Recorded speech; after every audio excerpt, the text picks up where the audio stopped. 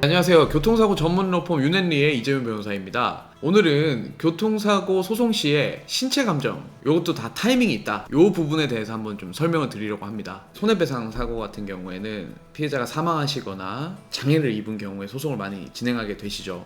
사망은 안타깝지만 사망을 하셨기 때문에 신체 감정을 할 수 없고, 망인의 소득이나 과실 비율 이런 것들 따져서 대략적인 손해배상금을 추산해 보면 일정 범위 내에서 판결이 나옵니다. 어느 정도 예상 범위 내에 있다 이렇게 되는데, 장애 사건 같은 경우에는 신체 감정 결과에 따라서 굉장히 변수가 많습니다. 그래서 신체 감정을 잘 받기 위해서는 타이밍도 중요한데, 그 부분에 대해서 좀 설명을 드리려고 합니다. 신체 감정이 필수인 이 장애 사건 같은 경우에는 시간이 굉장히 많이 소요될 수 있습니다. 그래서 이렇게 많은 시간을 들여서 신체 감정을 했는데 타이밍이 좀 잘 안 맞아서 신체 감정 회신해서 아직 치료가 종결되지 않았다, 증상이 고정돼서 다시 오시라, 이렇게 하게 되면 시간이나 비용이나 다 날리게 돼서 굉장히 이제 낭패를 보는 경우가 있습니다. 그래서 과목마다 어느 정도 타이밍에 신체 감정을 하는 게 맞는지에 대해서 설명을 드리려고 합니다. 통상 소송에서 정형외과가 다수죠. 이제 골절 사고, 골절을 입게 되면 보통 핀 고정술 하고 6주 후에 핀 제거합시다 이렇게 해가지고 핀 제거를 하고 나서 또 재활을 거치게 되죠. 재활을 하고 어느 정도 이제 이전 상태로 돌아갔다 라고 볼만한 시점에서 신체 감정이 들어가야 됩니다. 이 시점을 통상적으로 정형외과에서는 한 6개월, 길면 1년까지 보고 있습니다. 그리고 또 많이 하는 과목이 신경외과 과목이 있습니다. 신경외과는 뇌나 척수, 신경 손상 이런 부분들을 보통 감정을 하는 곳인데요.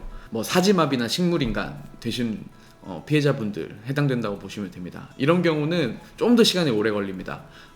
사고일로부터 한 1년 내지 1년 반까지 증상이 고정되었다고 봐서 그때부터 신체 감정을 진행하는 것이 좋습니다.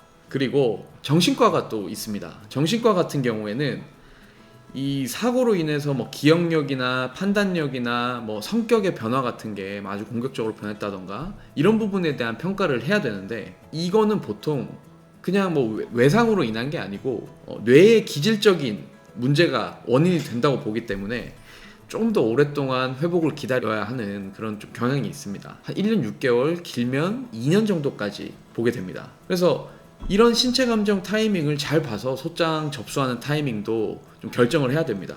이게 보통 소장 접수를 하게 되면 1개월 내에 신체 감정 신청을 하게 돼요, 법원에. 그러면은 법원에서는 신체 감정 과목을 확정을 해야 되지 않습니까? 원고 측이 신청한 과목에 대해서 피고가 이건 관련성이 없다 라든지, 아니면 이 피해자분이 기왕증이 있었기 때문에 그 전에 진료받았던 진료 기록을 다 입수한 다음에 신체 감정이 진행되어야 된다든지 이런 의견을 제시할 때가 있습니다. 그래서 이런 의견을 제시하면 신체 감정 과목이 지정되고 법원에서 병원으로 보내는 시기가 조금 늦어질 수 있습니다. 그래서 여러 가지 변수들을 고려를 해서 미리 예측을 해서 소장을 접수하는 그 시점을 좀 결정을 해야 되는데요. 일괄적으로 언제 한다 이렇게 하기보다는 경험적인 것이 좀 중요한 것 같습니다. 아까 말씀드린 그런 피고와의 다툼이나 이런 부분이 언제까지 진행되고 어떤 부분이 문제가 될 것인지 미리 예측을 해서 진행을 하는 것이 중요하기 때문에, 신체 감정이 꼭 필요한 장애에서 소송을 진행하게 된다면 이 경험 많고 의학적인 좀 지식이 있거나 이런 전문가를 좀 섭외를 해서 진행을 하는 것이 중요하다고 생각합니다. 그래야